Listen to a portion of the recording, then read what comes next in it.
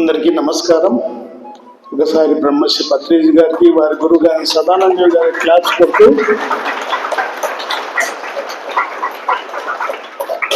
జ్ఞాని అయిన కాని జ్ఞాని కాడు, జ్ఞాని అయిన కాని విజ్ఞాని కాడు, విజ్ఞాని అయిన కాని విముక్తి రాదురా విశ్వదాభిరామ వినరవేమ అని చెప్పేసి వేమన గారు తెలియజేశారు. అంటే ధ్యానం చేస్తేనే మనకు జ్ఞానం వస్తుంది. ఏ జ్ఞానమో ఆత్మ జ్ఞానం వస్తుంది. మనం వస్తున్నాం వెళ్తున్నాం ఈ లోకానికి వస్తున్నాం మనకు తెలియకుండానే ఈ యొక్క జన్మ పరంపర జరుగుతూనే ఉంది. ఎన్నో వందల జన్మలు వస్తున్నాం పోతున్నాం.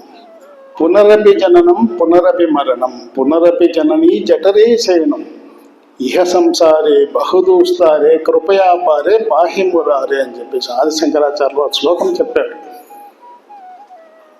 వస్తున్నాం పోతున్నాం. బాలస్తావత్ క్రీడాసక్తః, తరుణస్తావత్ తరుణీసక్తః, వృద్ధస్తావత్ చింతాసక్తః, పరసే బ్రాహ్మణి కోపినసక్తః. బాల్యంలో ఆటపాలతో కాలం గడిపేస్తున్నాం, యవ్వనంలో కోరికలు తీర్చుకోవడానికి కాలం గడిపేస్తున్నాం. తీరా వృద్ధాప్యం వచ్చినాక చింతనలతో మునుగుతూ కాలం గడిపేస్తూ చావుకు దగ్గరే చనిపోతూ మరి తల్లి గర్భంలోకి ప్రవేశించి మరి జన్మకి కారణమవుతూ ఉన్నాం.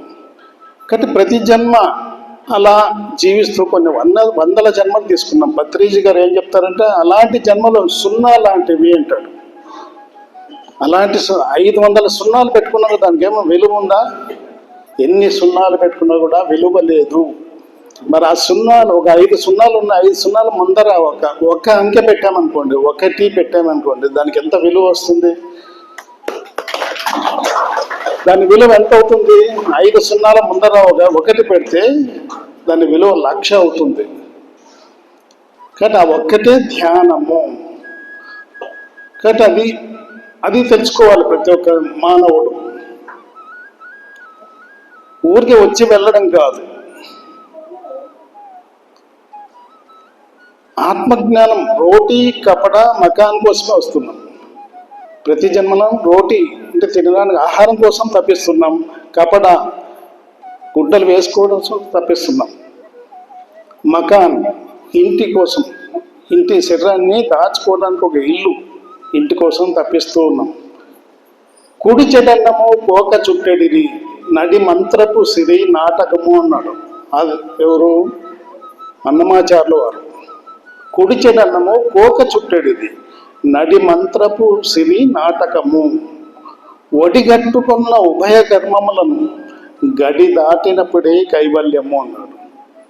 మనం ఈ లోకానికి వస్తూ 2 ఒడులు కట్టుకుంటూ ఉన్నాం. ఒకటి పుణ్యము అన్న ఒడి, రెండవది పాపము అన్న ఒడి. ఈ ఒడుల యొక్క గడి దాటినప్పుడే కైవల్యము అన్నాడు. ఈ పుణ్యము పాపం దాటుకున్న తర్వాతే నీకు ముక్తి మోక్షము ఈ లోకంలో ఉంటాయి అని చెప్పేసి అన్నమాచార్యుల వారు కీర్తన ద్వారా తెలియజేస్తూ ఉన్నారు. కాబట్టి పత్రిజీ గారు ఏం చెప్తారు? మొట్టమొదటి ప్రతి ఒక్క మానవుడు ధ్యానం అనేది సెకండరీ. మొట్టమొదటి శాకాహారులుగా తయారు కండి.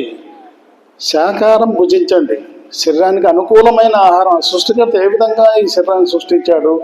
శాకాహారానికి అనుకూలంగా సృష్టించాడు ఆ సృష్టికర్త మానవ దేహాన్ని. మరి ఈ మానవ దేహానికి శాకాహారమే అనుకూలమైన ఆహారము.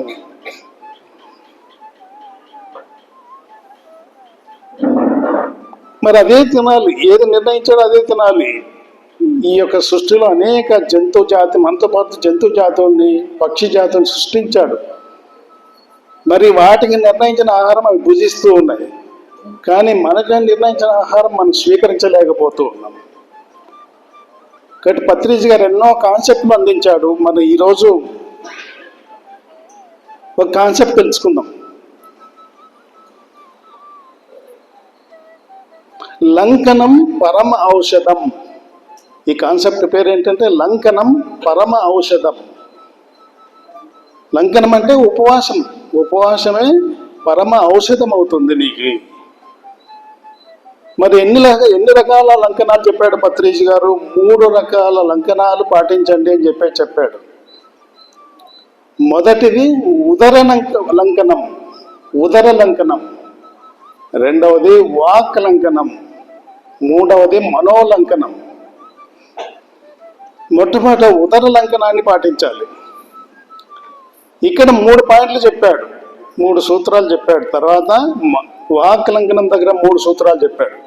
అలాగే మనోలంకనం దగ్గర 3 సూత్రాలు చెప్పాడు. ఇవన్నీ మన ఆచరణ పెట్ట ఆయన ఎన్నో పుస్తకాలు చదివి, ఎంతో అధ్యయనం చేసి, ఎంతో అవగాహన చేసుకొని మనకు అందించినటువంటి జ్ఞానం ఇది, ఒక కాన్సెప్ట్గా అందించాడు. కాబట్టి మనం కూడా ఇది పాటించాలి. ఉదర లంకనం దగ్గర 3 విషయాలు చెప్పాడు. యుక్తాహారం, మితాహారం, నిరాహారం. యుక్తాహారం, మితాహారం, నిరాహారం. అలాగే యుక్త భాషణం, మిత భాషణం, నిర్భాషణం. యుక్త భాషణం, మిత భాషణం, నిర్భాషణం. యుక్త ఆలోచనలు, మిత ఆలోచనలు, నిరాలోచనలు. కాబట్టి 3 పాయింట్లు మనం ఈ యొక్క ఉదర లంకనం దగ్గర మనం, ఇది చాలా ముఖ్యం. మన జీవితాన్ని ఆత్మవైపు మనం టర్న్ చేసుకోవాలంటే ఈ యొక్క ఉదర లంకనం చాలా అవసరం. మొట్టమొదట ఉదర లంకనాన్ని ఆచరించాలి. దాంట్లో మొదటి పాయింట్ ఏంటి? యుక్తాహారం. భగవద్గీతలో ఒక శ్లోకం చెప్పాడు శ్రీకృష్ణుల వారు, యుక్తాహార విహారస్య యుక్త చేసస్య కర్మసు యుక్త స్వప్నావబోధస్య యోగో భవతి దుఃఖ అని చెప్పాడు. ఎవరైతే ఈ శరీరానికి యుక్తమైన ఆహారం, యుక్తం అంటే సరి అయిన ఆహారం, ఈ దేహానికి అనుకూలమైన ఆహారం ఎవరైతే అందిస్తారో వారు యుక్తాహారాన్ని భుజిస్తూ ఉన్నట్టు. విహారస్య, విహారంలో కూడా యుక్తంగా చేయమంటున్నాడు. యుక్తాహార విహారస్య యుక్త చేష్టస్య కర్మసు. నువ్వు ఈ ప్రపంచంలో చేస్తున్నటువంటి కర్మలు కూడా యుక్తంగా చేయమంటున్నాడు. చేష్టలు అంటే కర్మలు. యుక్త స్వప్నావబోధస్య, స్వప్నం అంటే నిద్ర, నిద్రావస్థ కూడా యుక్తంగా నిద్రపో అంటున్నాడు. నువ్వు కుంభకర్ణం లాంటి నిద్రపోయినావు అనుకుంటే ఈ శరీరం సోమరితనానికి గురవుతుంది. అందువల్లనే యుక్తంగా నిద్రపోండి అని చెప్పేసి అంటున్నాడు. అలాగే మెలకువలో కూడా నువ్వు యుక్తంగా వ్యవహరించాలి. యుక్త స్వప్నావబోధస్య యోగో భవతి దుఃఖ. యోగము అంటే ధ్యానం కూడా యుక్తంగా చేయమంటున్నాడు. మరి ఈయన రాత్రి 10 కూర్చొని ఉదయం 6 గంటల వరకు ప్రతి రాత్రి ధ్యానం చేస్తాడు. దాదాపుగా 6 సంవత్సరాల నుండి ధ్యానం చేస్తున్నాడు. పగటి పూట నిద్రపోదు. 1 గంట ఆలోచన రహిత స్థితిలో ధ్యానం ఈజీకుంటూ 5 గంటల నిద్రతో సమానము. 5 గంటల నిద్రలో సుషుప్తిలో తీసుకునేటువంటి ఆ శక్తిని, ఆ యొక్క విశ్వమయ ప్రాణశక్తిని 1 గంట ధ్యానంలో, ఆలోచన రహిత స్థితిలో మీరు 1 గంట ధ్యానం చేస్తే అంత శక్తి స్వీకరించవచ్చు. మరి ఈయన రాత్రి కూర్చొని ఉదయం దాకా ఒక్క ఆలోచన కూడా ఉండదు మనసులో, నిరాలోచనలు. అలాంటి ధ్యానం చేస్తాడు. మరి అలాంటి ధ్యానం చేయాలని మీకు చెప్పడం లేదు, జస్ట్ ఎగ్జాంపుల్. అంత ధ్యానం చేసే వ్యక్తి మన పక్కనే ఉన్నాడు. కనీసం మనం రోజుకి 2 గంటలు చేయలేమా? ఉదయం 1 గంట సేపు, సాయంత్రం 1 గంట సేపు. కాబట్టి అలాంటి ధ్యానం కూడా యుక్తంగా చేయమంటున్నాడు. యోగో భవతి దుఃఖ. ధ్యానం కూడా యుక్తంగా చేసే ఇవన్నీ ఆచరిస్తుంటే నువ్వు దుఃఖానికి దూరం అవుతావు, నీ జీవితం ఆనందమేమవుతుంది అని చెప్పేసి శ్రీకృష్ణుల వారు తెలియజేస్తున్నారు. యుక్తాహార విహారస్య యుక్త చేష్టస్య కర్మసు యుక్త స్వప్నావబోధస్య యోగో భవతి దుఃఖ. అలాంటి వ్యక్తి, అలాంటి సాధకుడు దుఃఖాన్ని తొలగించుకుంటాడని చెప్పేసి శ్రీకృష్ణుల వారు తెలియజేస్తున్నారు. కాబట్టి యుక్తాహారం. నెక్స్ట్ పాయింట్ ఏంటి? మితాహారము. తీసుకునేటువంటి శాకాహారం కూడా మితంగా తీసుకోమంటున్నాడు. పరిమితంగా తీసుకోండి. ఈ యొక్క శరీరం యొక్క గొప్పతనం ఏంటంటే ఈ శరీరానికి మితంగా ఆహారం ఇస్తే అది ఎక్కువ పని చేస్తుంది, ఎక్కువ ఆహారం ఇస్తే తక్కువ పని చేస్తుంది. మీరు ప్రాక్టికల్గా మీరు అది ప్రాక్టీస్లో పెడితే మీకు అర్థమైపోతుంది. ఎక్కువ ఇస్తే తక్కువ పని చేస్తుంది, తక్కువ ఇస్తే ఎక్కువ పని చేస్తుంది. కాబట్టి మితాహారం. ఆ మితాహారంలో కూడా ఎలాంటి ఆహారం ఇవ్వాలి? సాత్విక ఆహారము. సాత్వికమైన ఆహారం, ఆ శాకాహారంలో కూడా సాత్వికమైన ఆహారం ఇవ్వాలి. మసాలాతో కూడినటువంటి ఆహారం ప్రతిరోజు తిన్నామనుకోండి సిస్టమ్ పాడైపోతుంది. కాబట్టి దీన్ని ఆరోగ్యవంతంగా ఉంచుకోవాలంటే సాత్విక ఆహారం ఇవ్వాలి. మితాహారంలో సాత్విక ఆహారం కూడా వస్తుంది. తర్వాత ఏం చెప్తున్నాడు? నిరాహారము. వారానికి ఒక్కరోజు ఒక ఉపవాస దీక్ష తీసుకోవాలి. గాంధీ మహాత్ముడు ప్రతి సోమవారం ఉపవాస దీక్ష తీసుకునేవాడు, అహింసను ఆచరించాడు, ఉపవాస దీక్ష తీసుకున్నాడు ప్రతి సోమవారం. అందువల్లనే మహాత్ముడు అయ్యాడు ఆయన. కాబట్టి మనము కూడా వారానికి ఒక్క రోజన్నా, నెలకు ఒక్క రోజన్నా కనీసం మనం ఉపవాస దీక్ష తీసుకుంటే ఆ నిరాహారం యొక్క ఎఫెక్ట్ ఎంత ఉంటుందో, ఆ ఉపవాస దీక్ష తీసుకుంటే ఈ శరీరం మరీ ఎనర్జెటిక్గా తయారవుతుంది. ఒక పూట ఆహారం ఇవ్వకపోతే మరీ నెక్స్ట్ డే పర్ఫెక్ట్గా పనిచేస్తుంది ఆ శరీరం. కాబట్టి ఉదరలింగం దగ్గర 3 పాయింట్లు: యుక్తాహారం, మితాహారం, నిరాహారం. మరి 2వ పాయింట్ వచ్చేపాటికి వాక్లంకనం. వాక్లంకనం అంటే యుక్త భాషణం, మిత భాషణం, నిర్భాషణం. యుక్త భాషణం మరి సరి అయిన మాటలే ఈ నోటి ద్వారా మనం మాట్లాడుతున్నామా? చాలామంది మాటలు వింటూ ఉంటాం బాహ్య ప్రపంచంలో, ఆ మాటలు వినలేం. భగవంతుడు మీ నోటి ద్వారా మాట్లాడుతున్నాడు. ఎలాంటి మాటలు మాట్లాడాలి? పత్రిజీ గారు చెప్తారు, నోరు విప్పితే సత్యమే పలకాలి. ఈ నోటి ద్వారా నోరు విప్పితే అసత్యం పలకకూడదు. ఆయన మన ఊరికి, మన ఇంటికి వచ్చినప్పుడు ఏంటి విశేషాలు అని అడుగుతాడు. మరి విశేషాలు ఏంటి అని అడిగినప్పుడు ఆధ్యాత్మికంగా, ఆత్మపరంగా ఏదైనా విశేషాలు ఉంటే చెప్పాలి. కానీ లేదా మీ ఇంటి విషయాలు, మీ పర్సనల్ విషయాలు అని చెప్పడానికి ప్రయత్నిస్తే ఆయన ఒక దెబ్బ వేసేస్తాడు. విశేషాలు అంటే ఏంటి? ఆయన నెల కిందట మన ఊరికి వచ్చాడు, మన ఇంటికి వచ్చాడు. నెల తర్వాత మరి మన దగ్గరకు వచ్చాడు. మరి ఎలాంటి మాటలు మాట్లాడాలి? మనం ఈ నెలలో ఏం సాధించాం ఈ ధ్యాన సాధన ద్వారా, అవి మనం చెప్పాలి. కాబట్టి పత్రిజీ గారు ఏం చెప్తారంటే, నా దగ్గర మాట్లాడే శక్తి మీకుంటే నోరు విప్పి మాట్లాడండి, లేకపోతే నోరు మూసుకొని కూర్చోండి నా ఎదురుగా అంటాడు. కాబట్టి ఆయన దగ్గరికి ఎవరైనా పాదాలు పట్టుకొని పాద నమస్కారం చేయడానికి వస్తే గిన ఆయన అదే కాలుతో తనేస్తాడు. 3 బాగుంటే గిన మొక్కించుకున్నా కూడా తర్వాత వారిని కూడా మొక్కేస్తాడు. ఎవరైతే మొక్కారో వారి కాళ్ళు కూడా మొక్కేస్తాడు. ఎందువల్ల? నీవు నేను ఒక్కటైనప్పుడు నా కాళ్ళు ఎందుకయ్యా పట్టుకుంటావు? నా కాళ్ళు కాదు పట్టుకోవాల్సింది, నా పదాలని పట్టుకోండి. నేను ఏదైతే చెప్తున్నామో అది ఆచరించండి.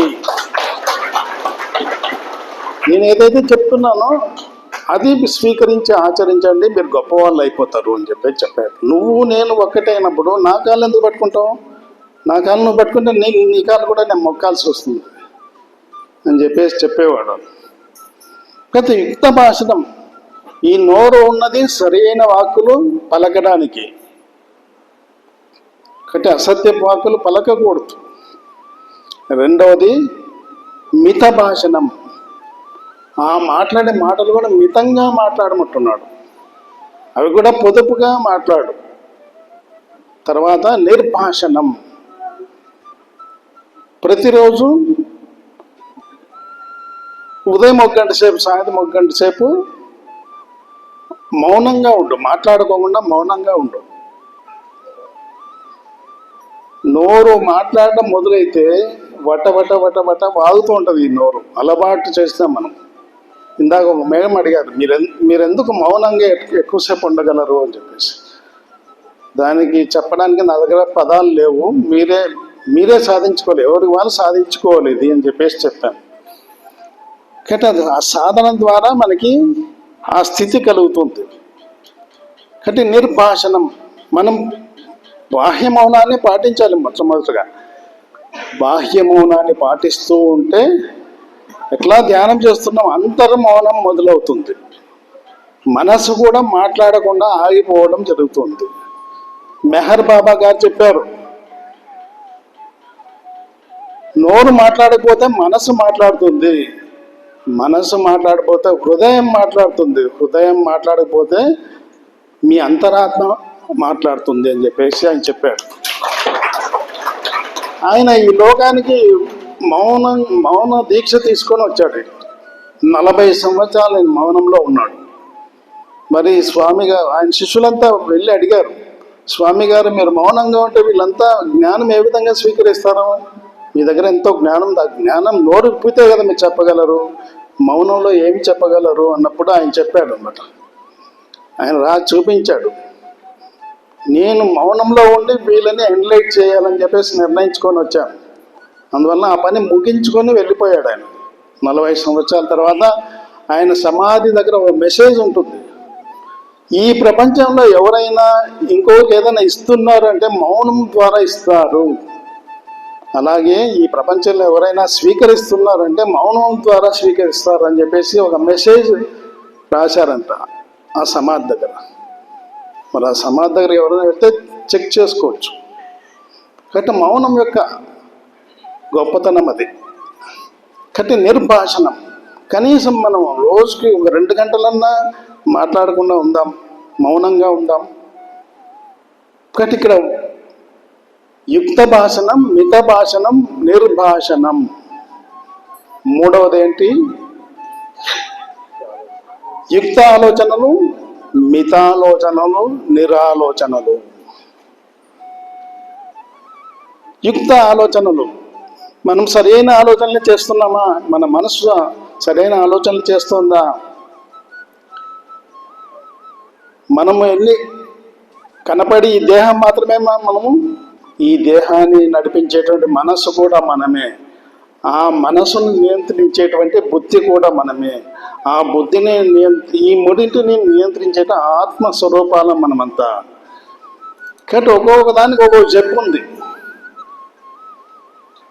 శరీరానికి అనారోగ్య సమస్యలు ఎందుకు వస్తున్నాయంటే మనస్సు స్థిరంగా లేదు, ఆ వ్యక్తిలో చంచలత్వం, స్థిరత్వం లేదు. దానికి ఉన్న పెద్ద జబ్బు ఏంటంటే మనస్సుకు స్థిరత్వం లేకపోవడమే, చంచలత్వం. అటు ఇటు పరిగెడుతూ ఉంటుంది ప్రపంచం వైపు. మిమ్మల్ని ధ్యానం కూర్చుంటే మిమ్మల్ని ప్రపంచం వైపు పరిపరి విధానాలు లాక్కొని వెళ్తూ ఉంటుంది. మరి బుద్ధికి ఉన్నటువంటి పెద్ద జబ్బు ఏంటంటే బుద్ధి మాంద్యత. ఆ బుద్ధి మాంద్యత కూడా తొలగించుకోవాలి. మరి తొలగించుకోవాలంటే ఆత్మకు చేరువు కావాలి. మరి ఆత్మకు చేరువు కావాలంటే యుక్తాలోచనలు. మొట్టమొదటి పాయింట్ అంటే యుక్తాలోచనలు. యుక్తంగా ఆలోచన చేయి. మనసు అనేది ఒక మాయామృగము అన్నాడు వేమన్ గారు. మనసే మాయామృగమై మనసేమిటి పైకి కానీ మరి పోనీక, మనసును చంపిన మనసందే ముక్తి మరి మహిళో వేమ అన్నాడు. అదొక మనసు మాయామృగము. ఒక మృగము ఒక జంతువును వేటాడేటప్పుడు పొంచి ఉంటుంది పొదల చాటున, అది కనపడనే అటాక్ చేస్తుంది. అలాంటి మృగము మనలో ఉంది, అదే మనసు. అంటే దాన్ని చంపివేసేయండి అంటున్నాడు. మరి చంపడం అంటే ఏంటి? స్థిరం చేయడమే చంపడం. మనసును చంపిన మనస్సు చేస్తేనే స్థిరం చేయాలి. స్థిరం చేసినప్పుడు ఆ స్థిరమైన మనసు ద్వారానే మీకు ముక్తి లభిస్తుంది అని చెప్పేసి వేమన గారు తెలియజేస్తున్నారు. కాబట్టి యుక్త భాషణం, యుక్త ఆలోచనలు, మితాలోచనలు, నిరాలోచనలు. నిరాలోచన అంటే మామూలుగా ధ్యానం లేకుండా నిరాలోచనల్లో, ఆలోచన రహిత స్థితిలో మీరు ఉండగలరా? మామూలుగా జాగ్రత్త అవస్థలో మీరు మీ మనసుని స్థిరంగా ఉంచుకోగలరా? కాబట్టి మీరు ప్రాక్టీస్ చేయాలి. నిరాలోచనలు అంటే పతంజలి గారు ఏం చెప్పాడు? ధ్యానం నిర్విషయం మనః అన్నాడు. ధ్యానం అంటే మనసుని నిర్విషయం చేయడమే ధ్యానము అని చెప్పాడు. దానికి ఉన్నటువంటి జబ్బు తొలగించాలి. నిర్విషయం చేయడం అంటే అది సంకల్ప వికల్పాలు చేస్తూ ఉంటుంది. ఒక పక్క సంకల్పాలంటే మంచి ఆలోచనలు, ఇంకొక పక్క వికల్పాలంటే చెడు ఆలోచనలు. ఒక మంచి ఆలోచన చేస్తే ఒక 20-30 చెడు ఆలోచన చేస్తూ ఉంటుంది మన మనస్సు. దాన్ని నిర్విషయం చేయండి, అదే ధ్యానము అని చెప్పాడు. ధ్యానం నిర్విషయం మనః. అలాగే యోగ చిత్త వృత్తి నిరోధ. యోగము అంటే ధ్యానం యొక్క పర్యాయపదం. యోగము అంటే చిత్త వృత్తి నిరోధ. చిత్తం చేసేటువంటి వృత్తిని నిరోధించడమే యోగము అని చెప్పాడు. ఇంకో స్టేట్మెంట్ ఇచ్చాడు ఆయన. మరి చిత్తం ఏం చేస్తుంటుంది? ఇవన్నీ మనసులో భాగమే చిత్తం కూడా. ఆ చిత్తం అనే భాగం ఏం చేస్తుంది? చింతిస్తూ ఉంటుంది. మనలో చింతించే గుణాన్నే చిత్తము అన్నారు. దాని ద్వారా కూడా మీరు ఎంతో ఎనర్జీని కోల్పోతూ ఉంటారు. అది ప్రాక్టీస్ మీద తెలుస్తుంది. ఆ కోల్పోయే వాడికే తెలుస్తుంది ఎంత ఎనర్జీని కోల్పోతున్నాము. కాబట్టి ఈ 3 రకాల లంకనాలు మనం పరమ ఔషధంగా జీవితంలో అమలు పరచాలంటే పత్రిజీ గారు చెప్పినటువంటి ధ్యానము, స్వాధ్యాయము, సజ్జన సాంగత్యాలు, సాధన ప్రతినిత్యము చేస్తూ ఉండాలి. అప్పుడే మనం ఈ 3 రకాల లంకనాల్ని మన జీవితంలో అమలు పరచగలం. ఆత్మస్వరూపులందరికీ నా నమస్కారాలు.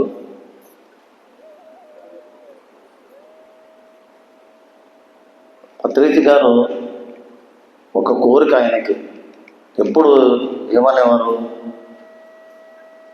My dear friends, my dear masters, my dear gods అనేవారు. ఎందుకోసము? మీరంతా దేవుళ్ళు కావాలి అని ఆయన కోరిక. అటువంటి మహానుభావానికి ఒకసారి గట్టిగా చప్పట్లు కొడదాం. ఆయన గురువు అయినటువంటి సదానంద యోగికి కూడా గట్టిగా చప్పట్లు.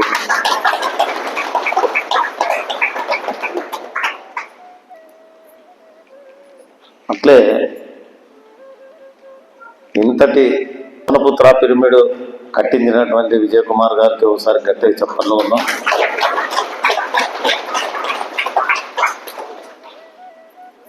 మనం ధ్యానం యొక్క విశిష్టత ఏంటంటే చాలా గొప్పది. చెప్పడానికి మాటలు లేనిటువంటిదంటే ఒక ధ్యానం ఒకటే. ధ్యానం ఎప్పుడు ఎలా చేయాలనేది ఒక చిన్న కాన్సెప్ట్ చెప్తాను. ఒక రాజ్యంలో ఒక రాజు ఉన్నాడు. ఆ రాజు తన కొడుకు యుక్త వయసు వచ్చింది, రాజ్యభారం అప్పచెప్పాలని చెప్పేసి ఒక గురువుని పిలిచి 3 నెలలు టైం ఇస్తున్నాను నీకు, నా కొడుకుని తీర్చిదిద్ది తీసుకొనిరా, ఒక పరీక్ష పెడతాను, ఆ పరీక్షలో నెగ్గితే అతన్ని రాజుని చేస్తాను అని చెప్పేసి చెప్తాడనమాట. సరే అని గురువు గారు తీసుకొని వెళ్ళి 3 నెలలు అనేకమైనటువంటి విద్యలు, అన్ని విద్యలు నేర్పించి తీసుకెళ్తాడనమాట. రాజుగారు ఒక ప్రశ్న వేస్తారు, నువ్వు అన్ని విద్యలు నేర్చుకున్నావు కదా, మీరందరూ, మీకు కూడా మనందరికీ ఇది ఒక క్వశ్చన్ లాంటిదే. ధ్యానం చేసే ప్రతి ఒక్కరికి ఒక క్వశ్చన్ ఇది. తెల్లవారుతూనే ఏం చూస్తావు, ఏం వింటావు అని అడిగినాడు. ఎవరన్నా చెప్పగలరా? తెల్లవారుతూనే నువ్వు ఏం చూస్తావు, ఏం వింటావు అని అడిగాడు రాజు. పొద్దున్నే లేస్తేనే సూర్యుని చూస్తాను అంటాడు, మళ్ళీ మిమ్మల్ని చూస్తాను అంటాడు. యు ఆర్ అన్ఫిట్, నువ్వు పనికిరావు రాజుగా, తీసుకెళ్ళు అంటాడు. మళ్ళీ 3 నెలలు టైం ఇస్తాను, ఈ 3 నెలల లోపల నువ్వు నేర్చుకొని రావాలా అని చెప్పేసి మరి గురువుతో పంపించేస్తాడు. గురువు ఏం చేస్తాడు? అన్ని విద్యలు నేర్పించినా ఇంకా లేని విద్య ఏది? ధ్యానం. 3 నెలలు ధ్యానం నేర్పిస్తాడు. ఫస్ట్ నెలంతా అతనికి ఎలాంటి కోరికలు ఉన్నాయి? రాజయ్యి అందరినీ నా కింద తిప్పుకోవాలా అనే ఆలోచన ఫస్ట్ నెలంతా ఆలోచన చేస్తుంటాడు ధ్యానంలో. 2వ నెల వచ్చాకే అరే దీన్ని నెల అంతా ఆలోచన చేసి నేను తప్పు, రాజ్యంలో ఉండేటువంటి ప్రతి ప్రజల్ని నా బిడ్డల్లాగా చూడాలా అని ధ్యానం యొక్క మార్పు అనమాట. అది చూడాలా అనుకుంటాడు. 3వ నెల వచ్చాకే అతనికి ఏమీ రాజ్యము తెలియదు, ఏమీ తెలియదు, శూన్య స్థితిలో ఉండిపోతాడు. 3 నెలలు 3 నెలలు అయిపోయింది. రాజు పిలిపించాడు, గురువుతో సహా రాజు దగ్గరికి వచ్చాడు. క్వశ్చన్ వేసాడు, సేమ్ క్వశ్చనే.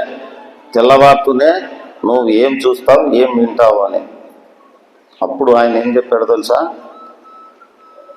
అన్నగారు, తెల్లవారుతుండగా సూర్యభగవానుడు రథము కదిలించడానికి మునుపు వచ్చే గుర్రపు డెక్కల శబ్దము, రథం యొక్క చక్రాల శబ్దము నా శరీర తరంగాల్ని కదలాడిచ్చింది అంటాడు. తర్వాత ప్రకృతి మాత పులకిస్తూ పక్షులన్నీ కోలాహలం చేయడానికి ఆనందంతో తయారవుతుంటాయి. సింహాసనం పైన నుంచి లేచి వచ్చి కౌగలించుకొని కొడుకుని పిలుచుకొని పోయి సింహాసనం పైన కూర్చోబెట్టి, నువ్వు ఇప్పుడు అర్హుడు, ప్రజల్ని బాగా చూడగలవు అంటే ధ్యానం వల్ల ముందు జరగబోయేది కూడా తెలుసుకోగలము అనే దానికి ఇది ఒక నిదర్శనం అన్నమాట.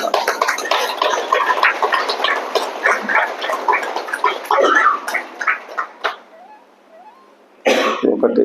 2, ఎవరైతే ప్రతిఫలం లేకుండా ధ్యానం చేస్తారో,